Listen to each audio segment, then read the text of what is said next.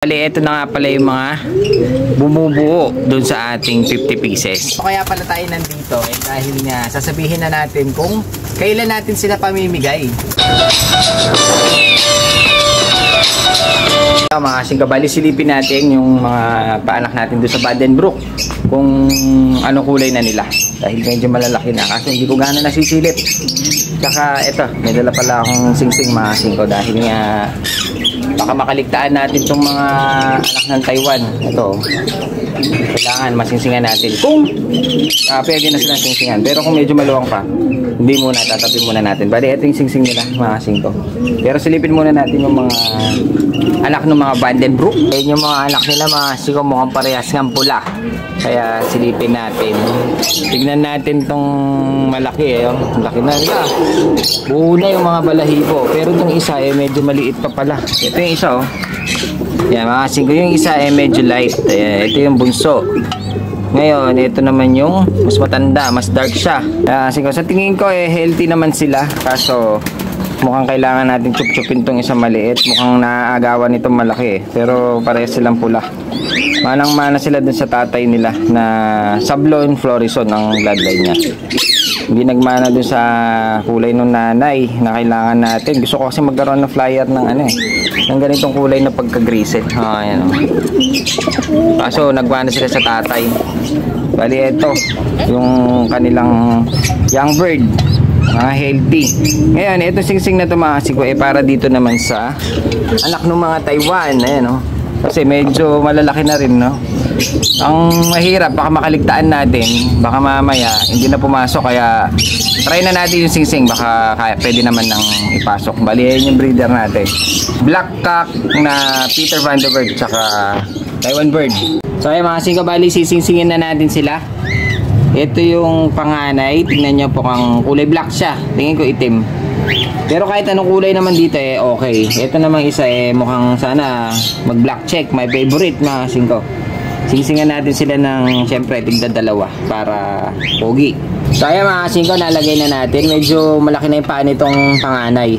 Pero itong isa eh sakto-sakto lang. Pero ito medyo nahirapan na tayo.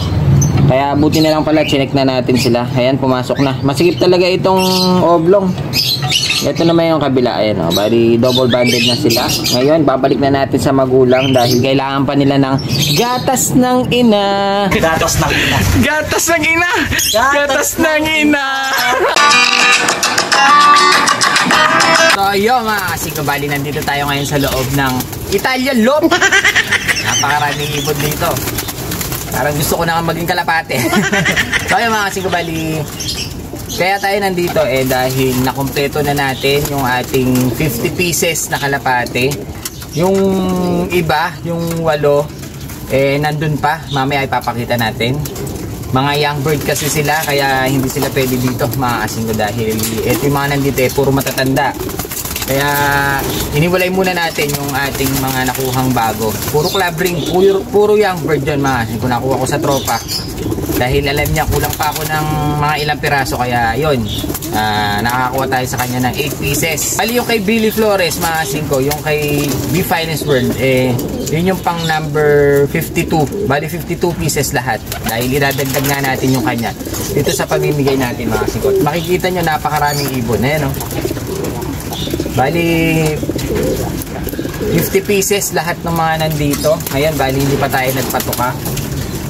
Ayan, tingin ko gutom na itong mga to eh, mga kalapati natin dito. Ayan, ang gaganda nila, pati itsura, yung tayo, yung hipo, ang gaganda. Kaya sana may pumunta dahil pag wala, ibebenta ko na lang sila. Kaya pala tayo nandito eh dahil nga sasabihin na natin kung kailan natin sila pamimigay. Kasi marami nang nangungulit sa atin eh, sasabihin ko na ngayon. Kaya makinig kayo. So ayan, habang kumakain yung mga ibon natin dyan eh, sasabihin ko. Kasi nga dapat 24 ako magpapamigay.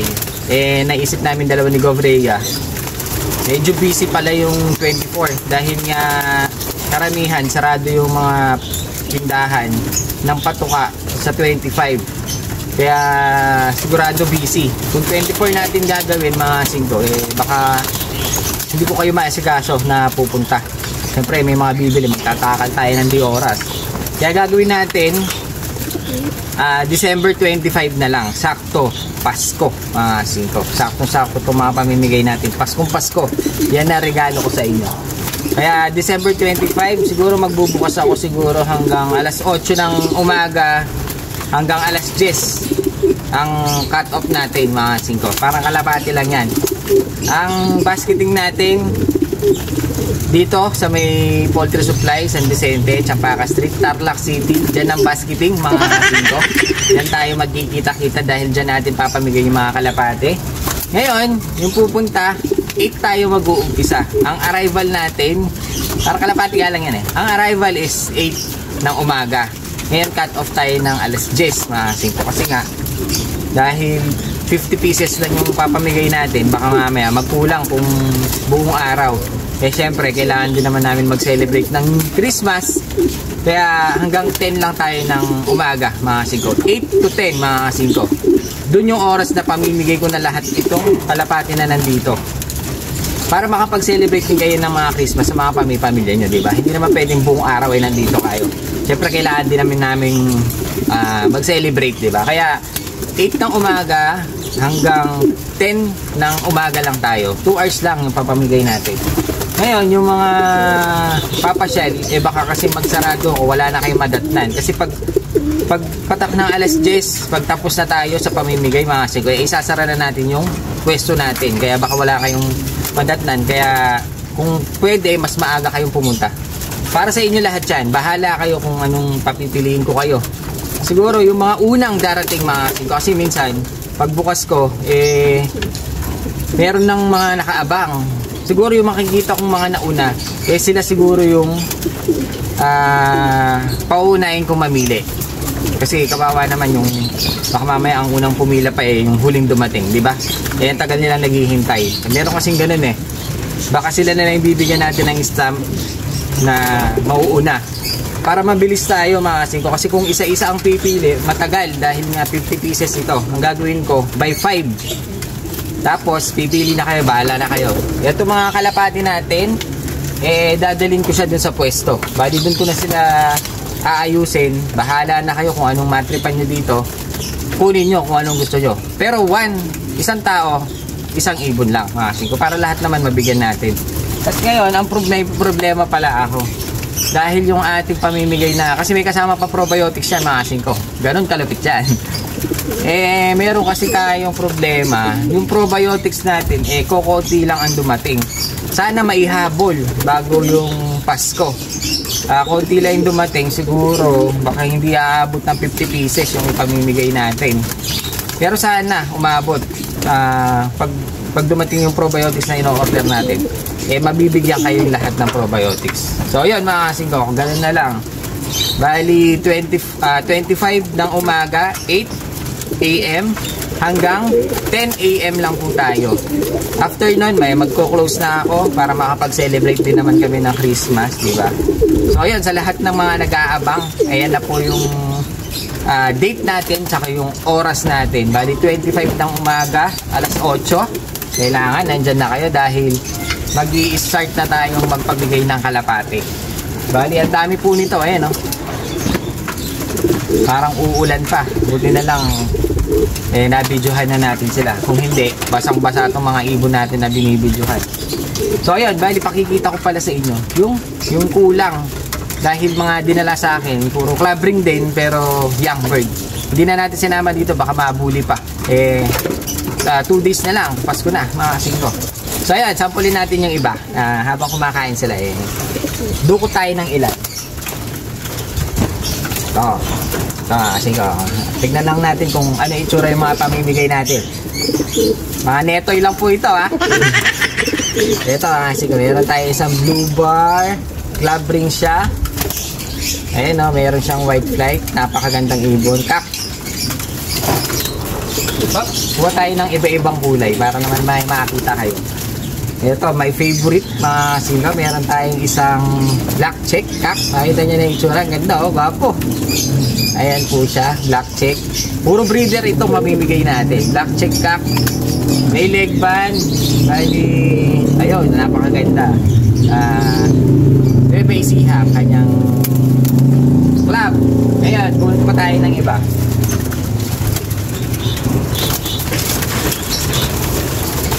So ayan mga kasiko, sinabi ko nga sa inyo, hindi naman ito lahat naka-club ring. Pero lahat, halos. Kasi meron akong nakuha dito, tatlo ata na piraso na hindi club. Pero lahat club na.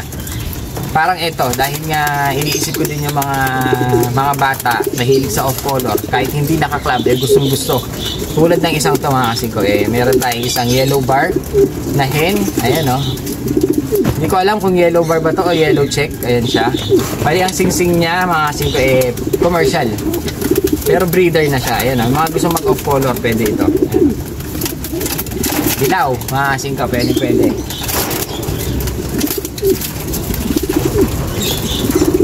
Ito pa isa. Off color. Bali ito club ring. Ayan o. Para siyang tiger grizzle mga singko. Ayan o. Ganda. Kak pala ito. Kala ko hen. Kak pala siya mga singko. Ayan o. Ganda ng mga ibon. Kuha pa tayo. Nandito na rin lang tayo sulitin na natin yung pagpapakita ng mga pamimigay natin para maispatan nyo naman. Pero mamaya ihapyaw natin sa kanila kung ano yung tsura nila. Ito pa isa. Ayan o. Meron tayong isang blue bar cock white flight mga singko. Ayan o. Borga. Club ring din siya na ilaro.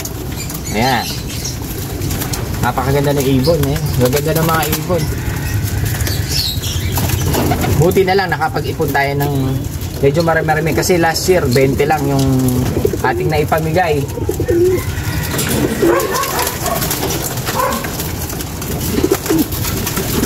Ito mga kasiko, meron tayo isang club ring of color din. Ayan o. Yung mga bata, ito, ispatan nyo na yung mga magugustuhan nyo. Ito pala yung isang hen na napakaganda ng itsura. Kaso ito yung isa sa mga commercial. Pero tinabi ko siya, ito yung pinakauna-una ata nating nakakuha. Hindi ako nagkakamali. Tingin ko ito yung pinakauna nating naitabi. Itong napakaganda nitong meron pa siyang puyo. Para siyang inbreed pero ang ganda ng itsura niya siguro. Hen, bali babae ito. Babae pa siya. Ganda ng mukha, ganda ng tayo, ganda ng itsura. Pero commercial lang kasi. Pero gusto yan ng mga bata. Kaya sige, ito pa isa. My favorite kulay, black check. Kasi yung pagka-check niya medyo may pagka-brown. Pero tingnan nyo naman itsura. Napakagwapo. Club ring po ito. So ayan, ito. Dito maraming nagtatanong kaya pakikita ko na sa inyo. Ito nga pala yung puti natin na marami nagtatanong. Makikita nyo yung mata niya, napakaganda. Bali hen po ito, napakaganda ng ibon. Gusto ko nga siyang gawing breeder sana. Kaso dahil nga napakita na natin, kailangan na natin pamigay ito. Sana na-breed, na-i-karera po ito. Club ring siya. Bali nilaruan natin ito South hen.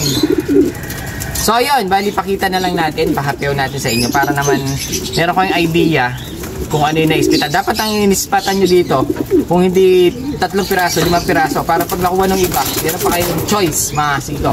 So ayan, pakita natin.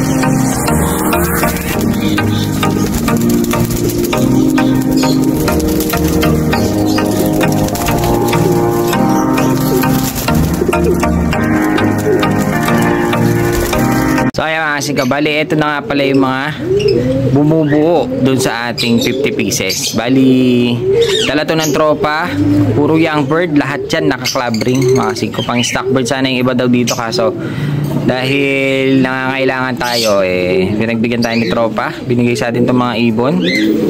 Bunot tayo ng isa para makita lang. Bali, ito yung isa sa isang ibon niya. Bali, naka-club ring din ito.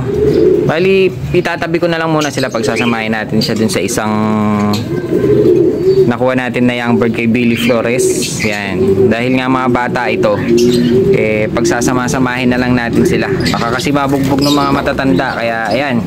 Bali, ito yung bubuo sa atin. Kaya, bali, ito na sila. Bali, kompleto na ang ating 50 pieces plus yung kay paring plus yung binigay sa atin na dalawa. Bali, 52 pieces silang lahat, mga kasing ko. Bawi!